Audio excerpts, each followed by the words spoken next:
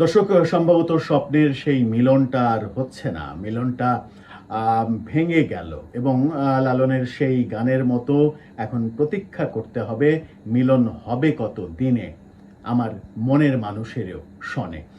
মনের মানুষের সঙ্গে বোধহয় মিলনটা সহজ হলেও দুটো রাজনৈতিক দলের মধ্যে মিলনটা ততটাই কঠিন।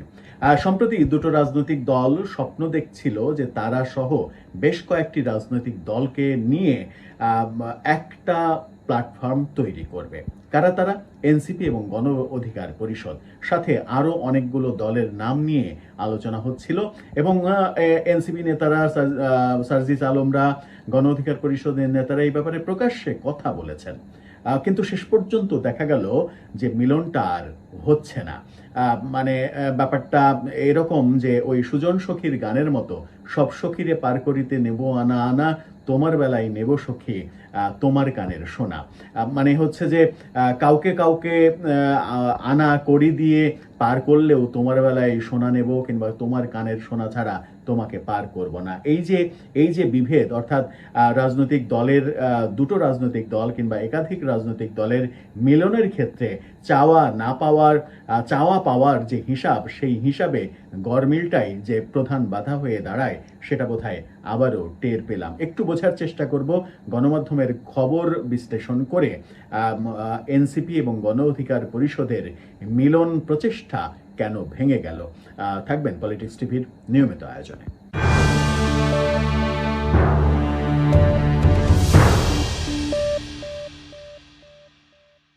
দর্শক, বলছিলাম এনসিপি এবং গণ অধিকার পরিষদের যে মিলন প্রক্রিয়া, একীভূত হওয়ার প্রক্রিয়া, সেটা ভেঙে গেছে। গণমাধ্যম বলছে যে সেটা আর হচ্ছে না। মানবজমিন এবং বিবিসি বাংলা নিশ্চিত করেছে যে এটা হচ্ছে না। বিবিসির শিরোনামটা আপনারা দেখে নিতে পারেন। সেখানে বলা হচ্ছে যে এক হচ্ছে না এনসিপি গণ অধিকার পরিষদ। কি কারণে, সেখানে সংক্ষিপ্ত একটা বাক্য দিলে বোধহয় বোঝা যায়। সেটা হচ্ছে যে নেতৃত্ব ও সাংগঠনিক কাঠামো নিয়ে জটিলতায় একীভূত হচ্ছে না এই দুই দল। যদিও দুই দলের শীর্ষ পর্যায়ের নেতারা প্রকাশ্যে এই বিষয়ে কিছু আর বলছেন না। একীভূত হওয়ার বিষয়ে সম্প্রতি দুই দলের শীর্ষ নেতারা বসেছিলেন। তারা বিভিন্নভাবে বলেছেন যে তাদের মধ্যে মিটিং চলছে। গণ অধিকার পরিষদের সাধারণ সম্পাদক বলেছিলেন যে নুরুল হক নূর সিঙ্গাপুর থেকে ফিরলেই এই ব্যাপারে পরবর্তী অগ্রগতিটা জানা যাবে। তারা শীর্ষ পর্যায়ে মিটিংয়ে সব কিছু সেটেল করেছেন যে এক জায়গায় হবে, কিন্তু একটা জায়গায় থেমেছিল, দলের নাম কি হবে এবং দলের নেতৃত্বে কারা থাকবে।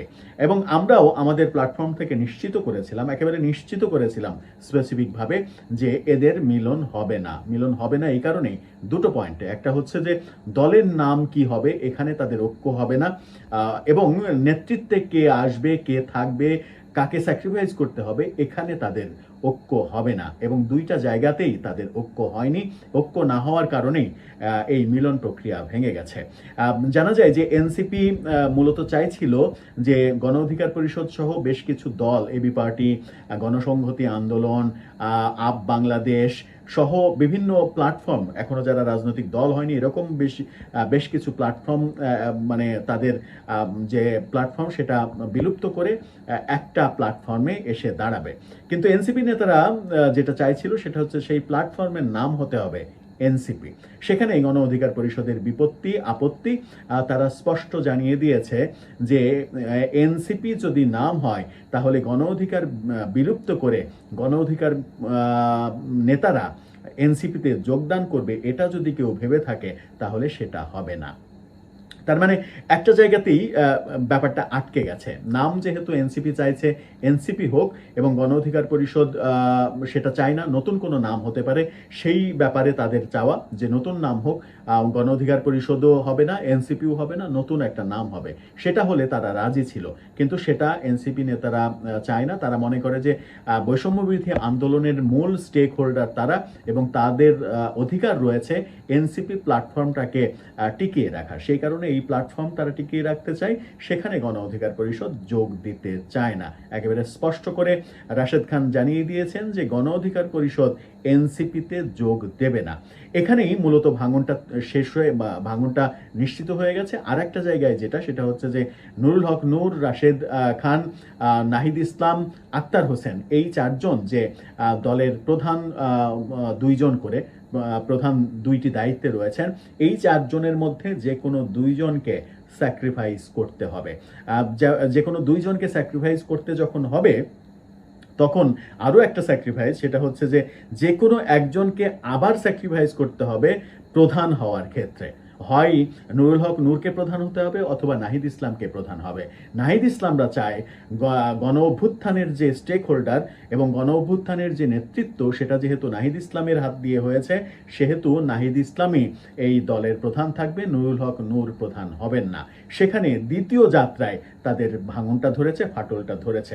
সুতরাং এখন দিনের আলোর মতো স্পষ্ট যে গণ অধিকার পরিষদ, এনসিপি এক জায়গায় হওয়া, অর্থাৎ তাদের মিলন হওয়ার যে আলোচনাটা শুরু হয়েছিল, সেই আলোচনাটা ভেস্তে গেছে। রাশেদ খান স্পষ্ট করে বলেছেন যে এনসিপির নেতারা সংবাদ মাধ্যমে বিভিন্নজন যে বিভিন্ন কথা বলছে যে এনসিপিতে যোগ দিতে হবে, সেই ধরনের কথা যদি তারা বলতে থাকে এবং তাদের ওই কথাকে আমরা কোনোভাবেই মেনে নিতে পারি না, এই প্রক্রিয়ায় আমরা যাব না। ভেস্তে গেল এই প্রক্রিয়াটা। যদি এই প্রক্রিয়াটা ভেস্তে যায়, এরপরের প্রক্রিয়া কি হবে? এরপরের প্রক্রিয়া কি এই দলগুলোকে নিয়ে একটা জোট, সেই জোট করে আদতে কি হবে? আগামী নির্বাচনে সেই জোট কি প্রভাব ফেলবে? গতকালকে আমরা দেখেছি জামাত ইসলাম ঘোষণা দিয়েছে যে শরিকদের জন্য তারা 100টা আসন ছাড়তেও রাজি। অর্থাৎ শরিকদের খুশি করতে, শরিকদের যথাযথ মূল্যায়ন করতে তারা 100টা আসন ছাড়তেও রাজি। এখন কি তাহলে এনসিপি, গণ অধিকার পরিষদ তারা জামাতের জোটে যাবে? যেহেতু জামাত অনেক বেশি আসন ছাড়তে রাজি, ইসলামী আন্দোলনকে আর কয়টা আসন দিতে হবে? সেই ক্ষেত্রে এনসিপি এবং গণ অধিকার পরিষদ যদি অনেক আসন পায়, বিশেষ করে এনসিপি, তারা যদি অনেক আসন পায়, তাহলে জামাতের সঙ্গে তারা জোট করতে পারে। আর জামাতের সঙ্গে জোট করলে এনসিপি আরেকবার ভাঙবে, আরেকবার ভাঙবে মানে হচ্ছে যে এনসিপির মধ্যে ভাঙনের সুর আরেকবার ভাঙবে কথাটা ঠিক না। এনসিপি ভাঙার সম্ভাবনা রয়েছে, যেটা আমরা গত কয়েক মাস ধরে গঠনের পর থেকেই দেখেছি এনসিপির বিভিন্ন নেতারা একের পর এক এনসিপি থেকে পদত্যাগ করেছেন। এখন আর ব্যাপারটা পদত্যাগে থাকবে না, এখন ব্যাপারটা হয়ে যাবে ভাঙনের ব্যাপার। কারণ এনসিপিতে দুইটা ধারার নেতৃত্ব বিরাজ করছে, একটা হচ্ছে ইসলামিক ধারার নেতৃত্ব, আর একটা হচ্ছে বাম ঘরানার নেতৃত্ব। এই দুই নেতৃত্ব যখন তাদের মধ্যে রয়েছে, তখন বাম ঘরানার নেতৃত্ব একটু বেশি সবল মনে হচ্ছে, কারণ তারা চায় না কোনোভাবেই জামাতের সঙ্গে ঐক্য করতে। কিন্তু জামাতের সঙ্গে যদি ঐক্য আক্তার হোসেনরা করতে চান, যারা ইসলামপন্থী রাজনীতি করতে চান, তারা যদি করতে চান, তাহলে এনসিপিতে ভাঙন আসতে পারে। সেই ক্ষেত্রে গণঅভ্যুত্থানের দল হিসেবে এনসিপি যে সহানুভূতি পাওয়ার কথা ছিল বাংলাদেশের জনগণের, সেই সহানুভূতি বোধহয় তারা অর্জন করতে ব্যর্থ হবে, সেরকমটাই মনে হচ্ছে আপাত দৃষ্টিতে। দর্শক, আপনার ভাবনা কি? আপনার ভাবনা জানিয়ে লিখতে পারেন আমাদের কমেন্ট বক্সে।